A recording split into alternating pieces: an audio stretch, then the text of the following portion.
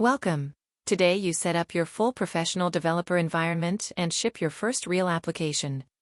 Install VS Code, the world's most popular code editor. Then add 3 extensions: Live Server, Prettier, and GitHub Copilot. Activate GitHub Copilot free inside VS Code. Research shows developers using Copilot complete tasks 55% faster. Create your free GitHub account. This is where your code will live, your portfolio will grow, and employers will find you. Open the VS Code terminal. Run git config to set your identity. These 4 commands are the foundation of every developer's workflow.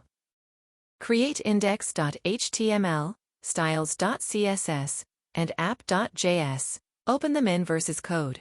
Copilot will help you write every line. Right-click your HTML file and choose Open with Live Server. Your click counter appears in the browser instantly. Save a change. It updates live. Open source control in VS Code. Stage all files. Write your commit message. Click Commit. You just created your first snapshot in history.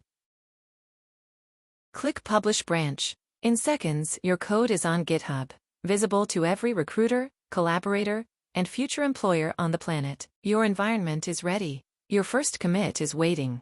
Open VS Code and build something you are proud of. See you on day 2.